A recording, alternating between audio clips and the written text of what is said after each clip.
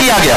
شریعت میں بتایا گیا کہ جاہلیت کے طور طریقے ہیں، یہ جاہلیت کے رسم و رواج ہیں، یہ جاہلیت کے خیالات ہیں جو آج مسلمانوں میں بھی کہیں نہ کہیں داخل ہوتے نظر آتے ہیں. یہ وہی بات ہے جو نبی علیہ الصلوۃ والسلام نے فرمایا کہ شرک کی قسمیں ہیں جو انسانوں کے اندر، مسلمانوں کی صفوں میں ایک چونٹی کے مانند بلکہ اس سے بھی آہستہ آہٹ میں مسلمانوں کے اندر داخل ہو جاتے ہیں.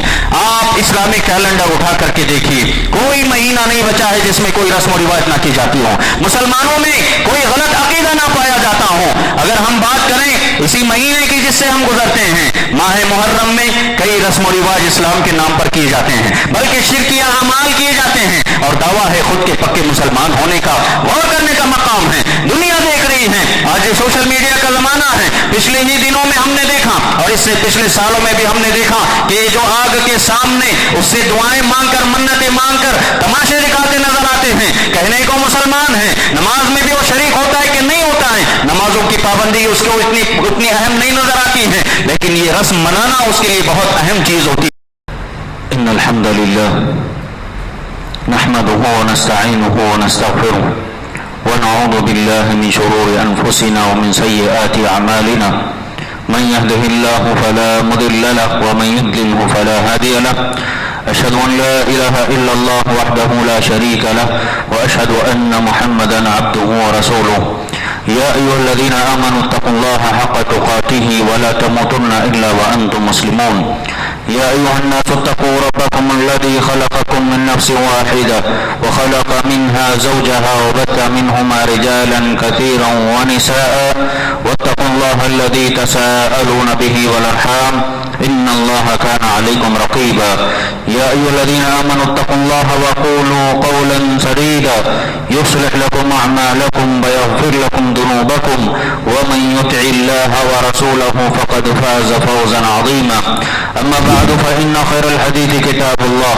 وخير الهدي هدي محمد صلى الله عليه وسلم وشر الأمور محدثاتها وكل محدثة بدعة وكل بدعة ضلالة وكل ضلالة في النار.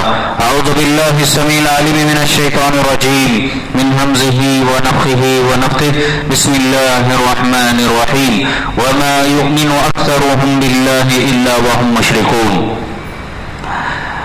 ہر قسم کی تعریف و توصیف، حمد و ثنا، بڑائی، کبریائی، عزت و جلال، تسبیح، تحلیل، تکبیر اللہ وحدہ لا شریک کے لیے لائق اور زبان، جو ہم تمام کا خالق حقیقی معبود برحق ہے، جس نے ہمیں پیدا کرنے کے بعد زندگی کے مقصد کو سمجھایا، آسمان سے کتابوں کو نازل کیا، انبیاء علیہ السلام کو مبعوث کیا، دنیا کے ذرے ذرے میں، کائنات کی ہر شے میں اللہ رب العزت نے اپنے قدرت کے نمونے رکھے تاکہ ہم اللہ کی ہدایت کو حاصل کر کے آخرت میں اپنے آپ کو کامیاب کر سکیں. بعدہ انگنت درود و سلام ہو تمام انبیاء علیہ السلام پر، خصوصاً نبی آخر الزمان رحمۃ للعالمین سید المرسلین امام الانبیاء جناب محمد رسول اللہ صلی اللہ علیہ وسلم کی ذات گرامی پر کہ آپ علیہ الصلوۃ والسلام نے اللہ تعالیٰ کی امانت، اس کی شریعت، توحید کی نشانیوں کو واضح طور پر ہم تک پہنچا دیا. معزز حاضرین، خطبہ مسنونہ کے بعد میں نے آپ کے سامنے قرآن کریم میں موجود سورہ یوسف کی ایک آیت پڑھی. آج اسی آیت کی روشنی میں ایک اہم موضوع پر ہماری گفتگو ہونے جا رہی ہے. ایسا موضوع کہ جس کا تعلق انسان کے ایمان اور اس کی نجات سے ہے. ایسا موضوع جس کی وضاحت کے لیے، جس کی تشریح کے لیے اللہ تعالیٰ نے مختلف قوموں میں، مختلف اوقات میں انبیاء علیہ السلام کو مبعوث کیا. ایسا موضوع جس کو سمجھنے، دنیا کو سمجھانے کے لیے ثابت قدمی کا ثبوت دیتے ہوئے وقت پڑنے پر انبیاء علیہ السلام پر ایمان لانے والوں نے بے شمار قربانیاں پیش کی. ایسا موضوع جس کی خاطر اس دنیا میں جنگیں ہوئیں. ایسا موضوع کہ اللہ کے نبی علیہ الصلوۃ والسلام کو اپنی قوم ہی کے بلکہ اپنے رشتہ داروں ہی سے بہت ساری اذیتیں اور تکلیفیں جھیلنی پڑی. ایسا موضوع اور ایسی اہم بات کہ جس کو قبول کرتے ہی صحابہ کرام اپنے خاندان کی نظروں سے گر گئے. خاندان والوں نے صحابہ کرام کو تکلیفیں دی، کسی نے اپنا گھر باہر چھوڑ دیا، کسی کو اس کے مال و دولت سے محروم کر دیا گیا، تو کسی کو اپنے آل اولاد کو چھوڑ کر کے، اپنے بستی کو چھوڑ کر کے دوسرے شہر میں اپنے آپ کو آباد کرنا پڑا۔ معزز حاضرین، یہ ایسا موضوع ہے کہ جس کی خاطر پچھلی قومیں، پوری کی پوری قومیں تباہ و برباد کر دی گئی، ہلاک کر دی گئی۔ یہ ایسا موضوع ہے کہ آخرت میں جس کی بنیاد پر انسان کے حق میں جنت اور جہنم کا فیصلہ ہونے والا ہے۔ اتنی تمہید کے بعد امید کرتا ہوں کہ آپ تمام نے اس موضوع کو سمجھ لیا ہوگا۔ میرے بھائیوں، یہ وہ موضوع ہے کہ اس کو اگر انسان سمجھ لے تو دراصل وہ اپنے مقصد وجود کو سمجھ لیا۔ اللہ نے اس دنیا میں اسے کیوں پیدا کیا ہے، یہ اسی موضوع سے تعلق رکھنے والی چیز ہے، وہ کوئی اور موضوع نہیں ہے، وہ عقیدہ توحید ہے۔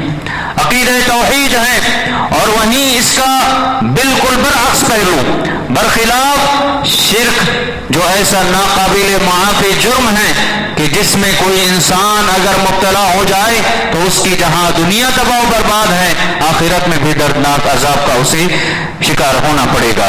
معزز حاضرین، آج اس موضوع پر گفتگو کرنے کی بڑی ضرورت ہے۔ وقت کے چلتے دور حاضر میں شرک کی نئی نئی قسمیں مسلمانوں کی صفوں میں، مسلمانوں کے معاشرے میں، مسلمانوں کے گھروں میں داخل ہوتی چلی جا رہی ہیں، کبھی رسم و رواج کی شکل میں، کبھی بدعات و خرافات کی شکل میں، کبھی اپنے خاندان کے نام اور نسب کے سلسلے میں اپنے آبا و اجداد کی سنتوں کو باقی رکھنے کی خاطر، اپنے خاندان کے نام اور اسٹیٹس کو باقی رکھنے کی خاطر توحید جیسی اہم موضوع کو لوگ بالکل نظر انداز کرتے نظر آتے ہیں، شرکیات میں، بدعات و خرافات میں مبتلا نظر آتے ہیں۔ آج کا مسلمان بظاہر اپنے آپ کو دیندار دکھاتا ہے، عبادت گزار ہوگا، توحید کا دعوے دار ضرور ہوگا، اور کہے گا کہ میں صرف اللہ رب العزت کی عبادت کرتا ہوں، صرف اللہ کی بندگی کرتا ہوں۔ لیکن اگر عقیدے کے ایک ایک پہلو پر نظر دوڑائی جائے، عقیدے پر گہرائی سے نظر ڈالی جائے، تو حیرت ہوتی ہے کہ جس زبان سے ایک مسلمان نے لا الہ الا اللہ کے کلمہ توحید کا اقرار کیا تھا، اسی زبان سے یا غوث المدد کے نعرے لگاتا ہے، اسی زبان سے اے خواجہ میری حاجت پوری کرو، میرے گناہوں کو معاف کرو کہتا دکھائی دیتا ہے، اسی زبان سے جس سے اس نے کلمہ توحید کا اقرار کیا، یا علی مدد، یا حسین مدد، یا حسن مدد کے نعرے لگاتا نظر آتا ہے۔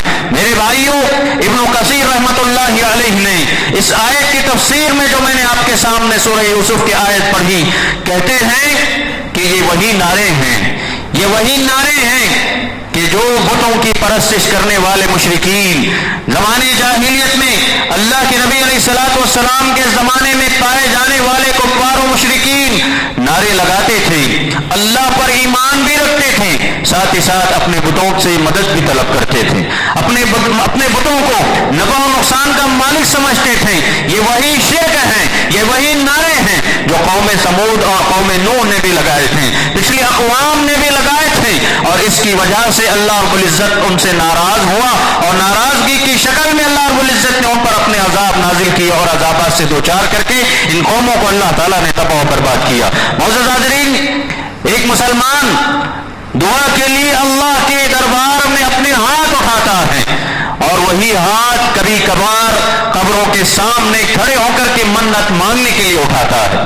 میرے بھائیوں، غور کرنے کا مقام ہے، قرآن کریم نے اس حقیقت کو یوں واضح کیا، اور اللہ نے فرمایا وَمَا يُؤْمِنُ أَكْثَرُهُمْ بِاللَّهِ إِلَّا وَهُمْ مُشْرِكُونَ۔ مسلمانوں میں سے بہت سارے لوگ اپنے آپ کو ایمان کا دعوے دار بتلاتے ضرور ہیں، کہتے ہیں کہ ہم اللہ پر ایمان رکھتے ہیں، لیکن اللہ کہہ رہے ہیں اِلَّا وَهُمْ مُشْرِكُونَ، در حقیقت وہ شرک کا ارتکاب کر چکے ہیں، وہ شرک کے دلدل میں پھنسے چلے جا رہے ہیں، دعویٰ کر رہے ہیں کہ مسلمان ہیں۔ غور کرنے کا مقام ہے میرے بھائیوں، یہ آیت کسی کافر کے بارے میں نازل نہیں ہوئی، یہ آیت کسی مشرک کی بات نہیں کر رہی ہے، بلکہ یہ ان لوگوں کی بات کر رہی ہے جو اللہ رب العزت کے وجود کا، اللہ تعالیٰ کو خالق مانتے ہیں، اللہ تعالیٰ کو رازق مانتے ہیں، لیکن جب بات عبادت کی آتی ہے تو عبادت میں اللہ کے علاوہ کسی اور کو بھی جوڑ دیتے ہیں، کسی اور کو بھی شریک کر لیتے ہیں۔ اللہ نے کہا، غور کیجیے ان الفاظ پر، وَمَا سارے لوگ اللہ پر ایمان رکھنے کے ساتھ ساتھ شرک کرتے دکھائی دیتے ہیں۔ معلوم کیا ہوا؟ ایمان کے دعوے داروں کے سلسلے میں، مسلمان کہنے والے لوگوں کے سلسلے میں اللہ رب العزت نے واضح تنبیہ کی اور پورے کھلے الفاظ میں اللہ نے کہا کہ اپنے انسان کو، یہ مسلمان کو سمجھنے کی ضرورت ہے کہ کہیں نہ کہیں ہمیں یہ جائزہ لینے کی ضرورت ہے کہ ہم جہاں اپنے ایمان کا دعویٰ کرتے ہیں، اپنی توحید پر ہمیں فخر ہے، اتباع سنت پر فخر ہے، وہیں ہمیں اپنی عبادات کا جائزہ لینے کی ضرورت ہے، اپنے عقیدے کا جائزہ لینے کی ضرورت ہے۔ کہیں ایسا تو نہیں کہ ہم بھی انہی اکثر لوگوں میں شمار ہو گئے ہوں جن کا تذکرہ اللہ رب العزت نے اس قرآن کریم کی آیت میں کیا۔ میرے بھائیوں، اللہ رب العزت نے اسے یہی بات بتائی کہ تم نمازیں پڑھتے ضرور ہو، تم روزہ رکھتے ضرور ہو، تم حج بیت اللہ بھی کر کے آتے ہو، لیکن ضرورت اس بات کی ہے کہ تم اپنے عقیدے کو ٹٹولو، اپنے گریبان میں جھانک کر کے دیکھو کہ تمہاری عبادتوں میں کہیں شرک تو نہیں ہو رہا ہے، تمہارے روزے میں تم نے کسی اور کو راضی تو نہیں کیا ہے، تم صدقہ و خیرات تو اللہ کے لیے کرنے کے دعوے کرتے ہو لیکن کہیں وہ شرک میں مبتلا تو نہیں ہے، تمہارے سجدے جو تم اللہ کے لیے کرنے کے دعوے کرتے ہو کہیں ایسا تو نہیں کہ وہ سجدے اللہ کے علاوہ کسی اور کے لیے ہو رہے ہوں۔ میرے بھائیوں، مسلمانوں کی جماعت، اللہ کے نبی علیہ الصلوۃ والسلام کی یہ واضح حدیث سمجھنے کی بہت ضرورت ہے جو اس آیت کے سلسلے میں، اس آیت کو سمجھانے کے لیے اور مسلمانوں کے آج کے حالات پر غور و فکر کرنے کے لیے دلالت کرتی ہیں اور ہمیں پیغام دیتی ہیں۔ نبی علیہ الصلوۃ والسلام نے فرمایا الشرک فی هذه الامة اخفى من دبیب النمل، مسند احمد کی روایت ہے، کہتے ہیں کہ اس امت میں شرک چونٹی کی آہٹ سے بھی کمزور انداز میں مسلمانوں میں داخل ہو جائے گا۔ چونٹی چلنے کی آواز کسی نے سنی؟ غور کر کے دیکھیے، سننے کی بھی اگر آپ کوشش کریں گے چونٹی کے چلنے کی آپ کو آواز نہیں آئے گی۔ اللہ کے نبی علیہ الصلوۃ والسلام فرما رہے ہیں شرک اس سے بھی کم آہٹ میں مسلمانوں کی صفوں میں داخل ہو جائے گا، مسلمانوں کی زندگیوں میں آ جائے گا، مسلمانوں کے گھروں میں آئے گا، مسلمانوں کی عبادات میں آئے گا، ان کے معاملات میں شرک داخل ہو جائے گا۔ چونٹی جس طریقے سے بالکل آہستہ سے چلتی چلی جاتی ہیں، بالکل اللہ کے نبی علیہ الصلوۃ والسلام فرما رہے ہیں کہ امت میں بھی شرک ایسے ہی آئے گا۔ یہی بات ہے جو ہمیں غور کرنا۔ اللہ رب العزت نے اسی حقیقت کو واضح کیا کہ دعویٰ ضرور ہے تمہارے ایمان ہونے کا، دعویٰ ضرور ہے تمہارے سجدے اللہ کے لیے ہونے کا، تم روزانہ لا الہ الا اللہ پڑھتے ضرور ہو، لیکن غور کرو، جائزہ لو اپنے عقیدے کا، اپنے ایمان کا کہ کہیں ایسا تو نہیں کہ تمہارے دعووں میں تم جھوٹے ہو، کہیں ایسا تو نہیں کہ اللہ کے علاوہ کسی اور کو تم مانتے ہو۔ دعویٰ کرتے ہو ہم اللہ کے مانتے ہیں، اللہ کو مانتے ہیں، لیکن عمل میں کہیں نہ کہیں کوتا نظر آتے ہیں۔ مسلمانوں کی اکثریت کا اگر جائزہ لے لیا جائے، آج سوشل میڈیا کا دور ہے، دنیا میں ہم اپنے گھر میں بیٹھ کر کے دنیا کے کئی نظارے ہم اپنے موبائل کے ڈیوائس میں نظر کرتے ہیں کہ لوگ جو اپنے آپ کو مسلمان کہتے ہیں، ظاہری حلیہ مسلمانی نظر آتا ہے، لیکن کہیں کسی بزرگ کی قبر کو چومتا نظر آتا ہے، کہیں کسی قبر کو طواف کرتا نظر آتا ہے، کہیں اللہ کے علاوہ قبروں کے سامنے، درگاہوں کے سامنے، مندروں کے سامنے کھڑے ہو کر کے دعائیں کرتا نظر آتا ہے، کہیں اپنی حاجتیں مانگتا نظر آتا ہے، منتیں چڑھاتا نظر آتا ہے، کہیں قبروں پر چادریں چڑھاتا نظر آتا ہے، پیروں فقیروں کی وہ اپنا حاجت روا سمجھتا ہے۔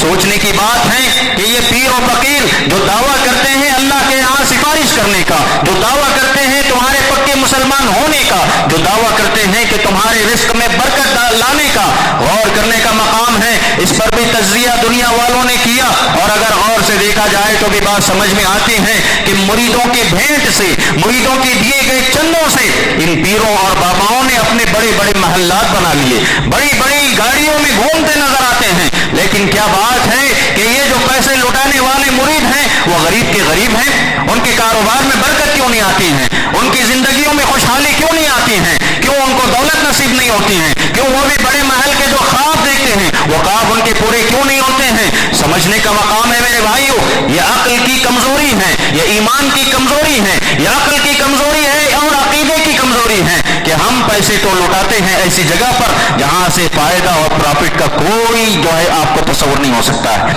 اللہ رب العزت نے تمہیں پیدا کیا، تمہاری ہر سانس پر اسی کی قدرت چلتی ہے، اللہ تعالیٰ اس کائنات کو چلانے والا ہے، یہ پورا نظام اللہ رب العزت ہی کے حکم سے چلتا ہے، تو ظاہر ہے کہ اللہ رب العزت ہی اس میں برکتیں نازل کر سکتا ہے۔ اللہ سے مانگو تمہاری بگڑی کو اللہ درست کر سکتا ہے، اللہ سے مانگو تمہاری مشکلوں کو اللہ رب العزت آسانی میں بدلنے والا ہے، اللہ سے مانگو تمہارے نقصانات کو اللہ فائدے میں بدلنے والا ہے، اللہ سے مانگو بے اولاد ہو تو اللہ تمہاری گود بھر دے گا، اللہ سے مانگو اگر تم فقیر ہو اللہ تمہیں امیر بنائے گا، اللہ کے یہاں صحیح سجدہ کرو اور پورے ایمان و یقین سے مانگو، اللہ رب العزت تمہاری دنیا بھی درست کرے گا، آخرت میں بھی اللہ تمہیں کامیاب کرے گا۔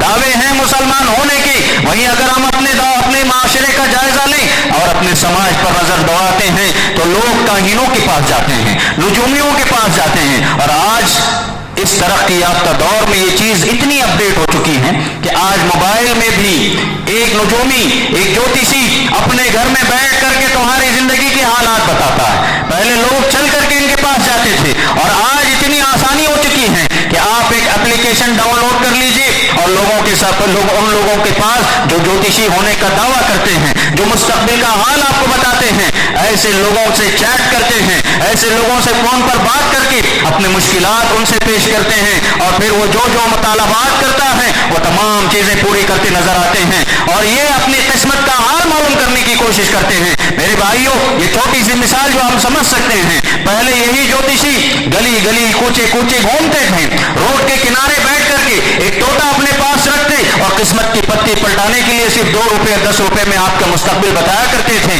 غور کرنے کا مقام ہے، اگر اسے مستقبل کا علم ہوتا تو یہ روڈ کے کنارے نہیں بیٹھتا، اگر اس کو مستقبل کا حال معلوم ہوتا یہ تمہارے 2 روپے کا حاجت رہا اور محتاج نہیں ہوتا۔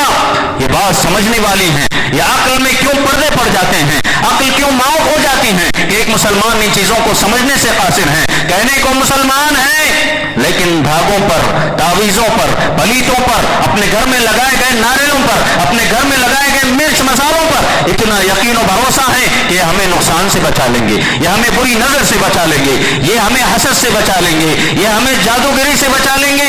اللہ سے زیادہ ان چیزوں پر بھروسہ کرنا میرے بھائیوں، ان چیزوں کو رکھ کر کے ان سے برکت کی امید رکھنا، یہ شرک نہیں تو اور کیا ہے، یہ شرک نہیں تو اور کیا ہے۔ پیارے نبی محمد صلی اللہ علیہ وسلم نے فرمایا کہ جو کوئی شخص بھی اس مستقبل کے حال کو بتانے والے شخص کے پاس آئے اور اپنا ہاتھ اس کے سامنے کرے اور اس کی بات کو سن لے اور تصدیق بھی کر لے اور کہا یہ سمجھے کہ اس نے بات صحیح کہی ہے، اللہ کے نبی علیہ الصلوۃ والسلام فرماتے ہیں فقد کفر بما انزل علی محمد، اس شریعت کا اس نے انکار کیا، دین اسلام کا اس نے انکار کیا جو نبی علیہ الصلوۃ والسلام پر نازل ہوا۔ اور ایک حدیث میں ہے کہ صرف اس کے پاس جانے کی وجہ سے، اس جوتشی کے پاس، اس مستقبل کے حال کو بتانے والے کے پاس صرف جانے ہی سے 40 دن کی نمازیں اس کی برباد ہو جاتی ہیں۔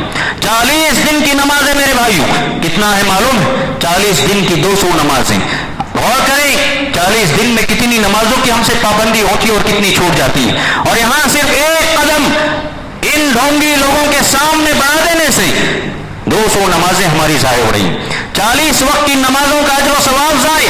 اور اگر ان باتوں پر ان باتوں کی تصدیق کر لی جائے، ان کو قبول کر لیا جائے، نبی علیہ الصلوۃ والسلام فرمائے کہ وہ دائرہ اسلام سے خارج ہو گیا، اب اسے اسلام کی ضرورت نہیں ہے۔ میرے بھائیوں اگر مسلمانوں کا جائزہ لیا جائے، نحوست کے عقیدے پر اگر تبصرہ کیا جائے، اسی مسجد میں اس سے پہلے بھی پچھلے سال میں ماہ سفر کی مناسبت سے ایک خطبہ میرا ہوا تھا جس میں نحوست کے عقیدے کو واضح کیا گیا، شریعت میں بتایا گیا کہ جاہلیت کے طور طریقے ہیں، یہ جاہلیت کے رسم و رواج ہیں، یہ جاہلیت کے خیالات ہیں جو آج مسلمانوں میں بھی کہیں نہ کہیں داخل ہوتے نظر آتے ہیں۔ یہ وہی بات ہے جو نبی علیہ الصلوۃ والسلام نے فرمایا کہ شرک کی قسمیں ہیں جو انسانوں کے اندر، مسلمانوں کی صفوں میں چونٹی کے مانند بلکہ اس سے بھی آہستہ آہٹ میں مسلمانوں کے اندر داخل ہو جاتے ہیں۔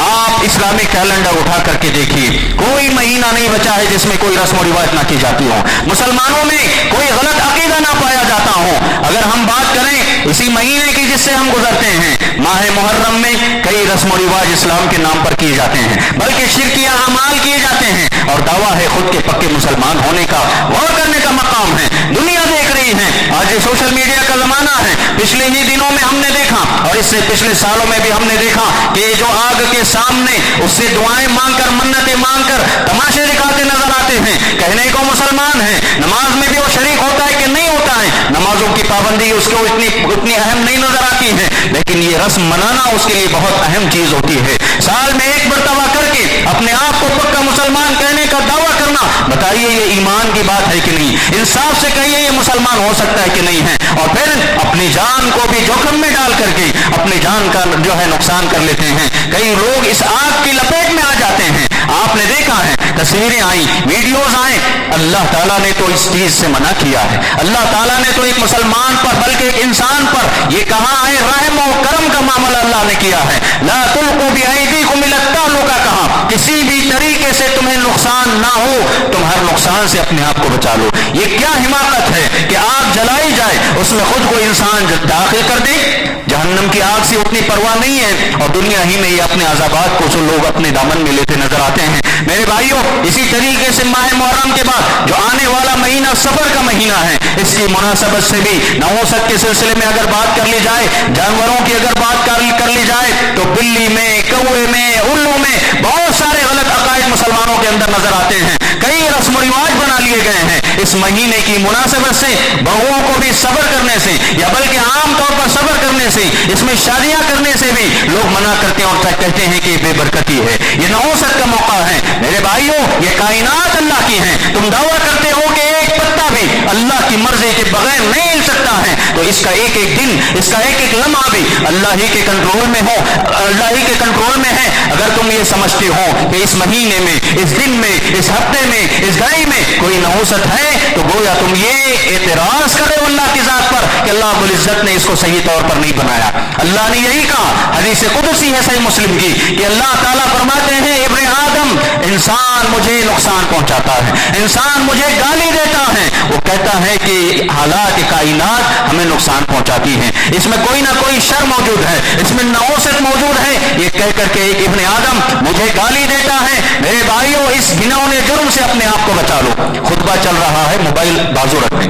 اتنا اگر ضروری ہے تو خطبے کا بھی خیال کر لیا کریں.